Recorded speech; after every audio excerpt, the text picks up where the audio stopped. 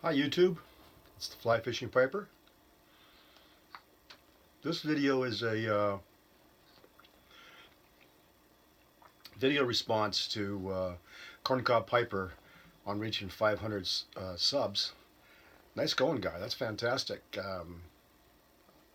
My sub number is substantially less than that, but for me it's extremely gratifying with each new sub, and I can't imagine what it'd be like for 500. So, way to go!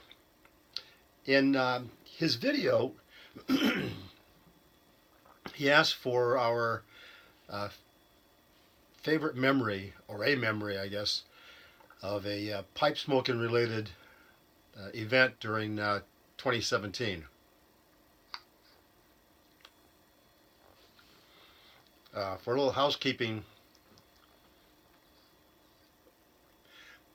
I'm smoking some Balkan Delight from Peterson. Really enjoy this stuff. Been smoking it for quite a while.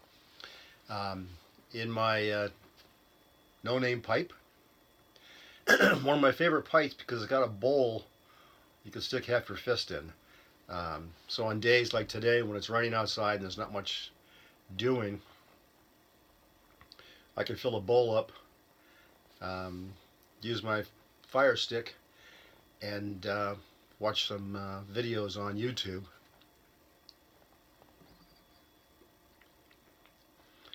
So I'm going to do kind of a river runs through it memory here for 2017. My wife and I go up to the Mount Washington Resort in northern New Hampshire. Go there quite often, actually. It's a it kind of has that 18th century feel to it. It's one of the old Grand Hotels. It was acquired, I guess, a few years ago now by a by a company that put some money into it and modernized it a little bit in terms of amenities, but gave it a good facelift and dusting and cleaning, and got the old girl looking pretty shiny and spiffy. So it's really quite nice of a hotel, and my wife and I go up there, as I said, fairly often. Now, one of the things we like to do is in that area of northern New Hampshire, the water's still clear enough and clean enough that there are fish, and there are a lot of streams, a lot of brooks. I love going after brook trout. I have as much fun catching a fish, maybe that big, as I do sometimes going down to the Keys and going after tarpon. So it's a really different satisfaction. But anyway, what we do a lot is my wife will plan a day in the spa, and that gives me a day on my own so I can go out fly fishing. I've been up there fishing enough with guides that I know some of the waters, and we were up, I think it was late September.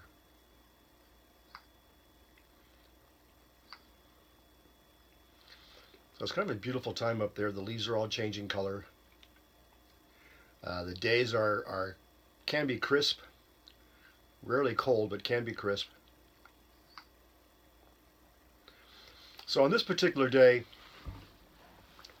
walked my wife down to the spa, got into my car, headed to the area that I wanted to fish, and started walking in.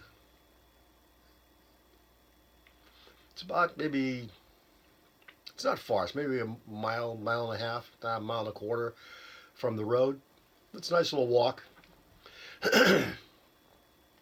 It was like a heavy drizzle, not really a rain, but like a heavy drizzle. And I was properly dressed, so it wasn't a big deal. Got out to the area that I wanted to fish, and just by accident, I think, I found a decent sized tree, and it was fairly dry under the tree. So I sat down and started putting my gear together. I learned a long time ago, when I get to a stream or a river, I sit for a few minutes and just watch and see what's going on. And that's what I did. So I was watching the water and took out my pipe and tobacco and packed a bowl, lit it, and sat back and watched the water for a while. It was so enjoyable just sitting there, relaxing, watching the water, that I don't know how much time passed by, but it was quite a bit. That I smoked to the bottom of my bowl and had moved towards the water. So I tapped that out, packed the bowl, lit it, and while I was sitting there, I actually noticed a couple of spots that were moving, shadows. You don't normally see the actual fish, but you can see shadows moving. Or let me say, I don't normally see the fish, but I do catch shadows. And so I saw a couple of shadows.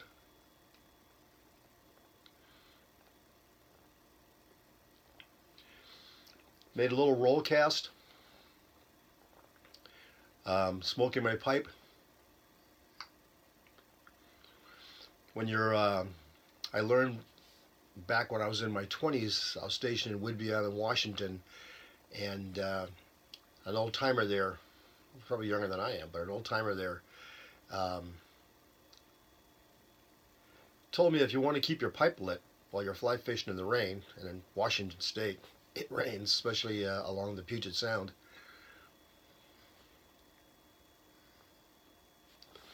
You pack your bowl, not real firm, but you pack your bowl maybe just slightly firmer than normal. Light it, get it going, and then you just turn it upside down. And you smoke your pipe.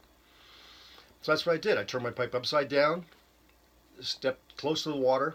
Actually, I stepped into the water, made a roll cast, and I had a check nymph, they're called, but a weighted nymph at the bottom of my line, and about 8 inches up from that, wasn't a very deep stream, so about 8 inches up from that, I had a little, it's called a spruce moth pattern. It's a floating fly. Did a little roll cast, and just like in the movies, a little roll cast up from where I thought the fish was going to be. It drifted down. It didn't take the nymph, but it came up and it grabbed the moth pattern, and it started fighting like crazy. When I brought it to the net, it was about that long. Beautiful colors on it. Gently took the hook out of its mouth, put it back in the water for a second or two to let it revive. It just kind of squirted right out of my hand, and off it went. So I stood there for probably a couple of minutes, smoking my pipe and watching the water. I had this dramatic debate whether or not I should cast out to more fish, and I said, "Ah, to hell with it. It's been a great day. Enjoyed my pipe. Loved the scenery. Caught the brook trout I wanted. So I marched my butt back to my car, went back to the hotel, got my wet stuff off, went down to the bar, ordered a Jameson, sat at the bar, and drank my Jameson until my wife came back. My wife knows that when I get back early from fishing, if I'm early, I'll be at the bar. So she came back and sat down next to me, ordered her a drink, and we sat there for a while. And all in all, it was a really wonderful day. So that's probably my favorite experience, smoking a pipe in 2017. I was able to combine three of the things that I enjoy a lot: fly fishing, pipe smoking, and of course my wife.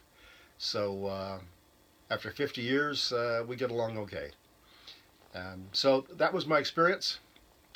I wish everyone tight lines, enjoy your smoke, and to Corn Cob Piper, again, congratulations, buddy, on making 500. Really well done.